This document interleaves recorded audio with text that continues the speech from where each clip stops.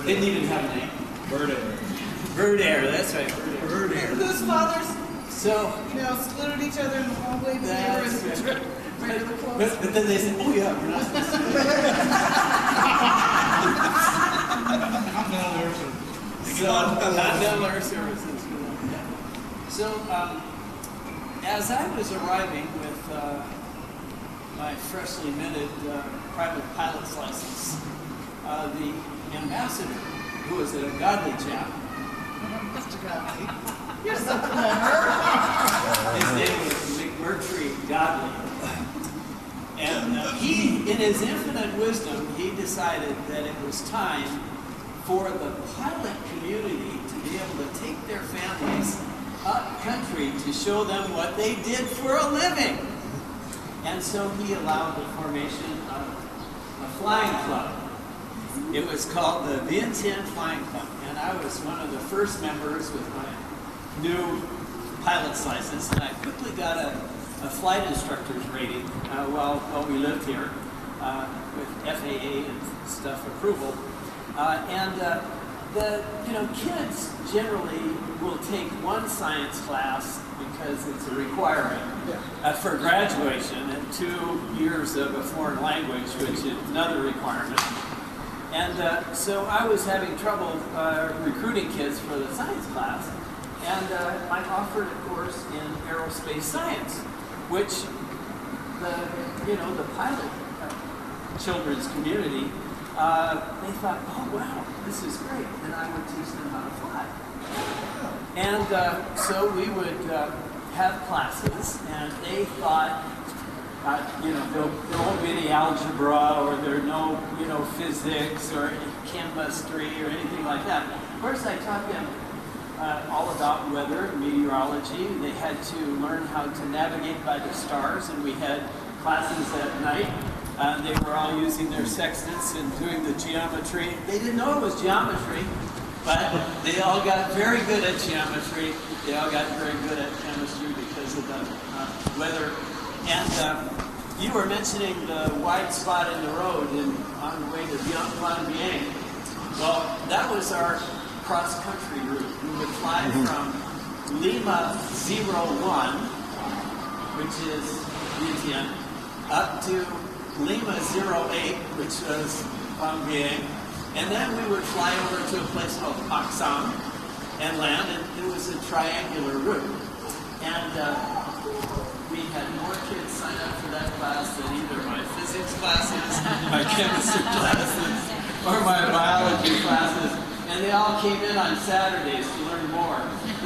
Well, I guess I'd have to ask, wasn't that dangerous flying? I mean, Would it be? I wasn't going to be that specific. I mean, with what was going on here at the time, how dangerous was it? Not at all. I think anywhere south of Vientiane and west of the Plain of Jars and west of Guanajuato, Probably only got shot at a couple of times. yeah, we only had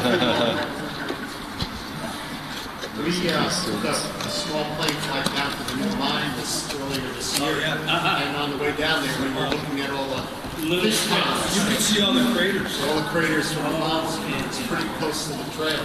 Yeah, And so those are all now fish ponds, right. pond craters.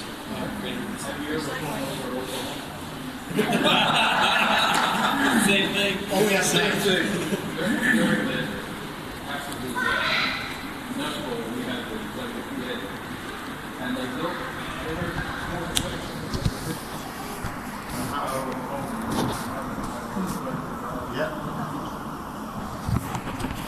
Well, I'll take the next shot at it.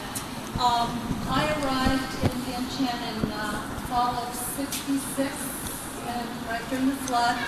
And as I went down the rickety steps of learning how to take the little rickety boat across, I was told, you cannot go into Vientiane. And I said, I'm going to teach tomorrow. And so I went in, and I was probably the last car that drove in before the compound was totally surrounded by water. And course, we didn't have school, and my job was to man the radio back in the school. I was kind of like a communications, I do nothing. And one of the first calls I got was from the Red Cross in Washington, D.C., who'd been contacted frantically by a family from Dayton, Ohio, wondering if their daughter had ever made it to Yantian, and I assured them that yes, I had made it. Another vivid memory of that time was, I was just making friends. I was new, and there was quite a wonderful group of single people living in the little barrack, single apartment units. And knock on the door, and I opened it to a new friend, and she was dancing around, and what the heck? And there was a snake that went under the rattan and wrapped around, and someone else came in and, used the meat cleaver on it and pinched it out. And someone else came by and knocked on the door and said, "Where did that crate come from?" Well, with the high waters coming up, the snakes were going to the high places and had gone in the lintel over the door. And when the door opened, the crate, came down. We had to have school on Saturdays to make up for the time lost. And about maybe third or fourth week into school, I heard loud, I said, "Boys and girls, fireworks." And this one little Newsay boy said, "Oh, Miss Lily, I think it's a coup. We should get under our desks." And it was, and we did. It was exciting times to be in, and teaching the children, and the families were wonderful.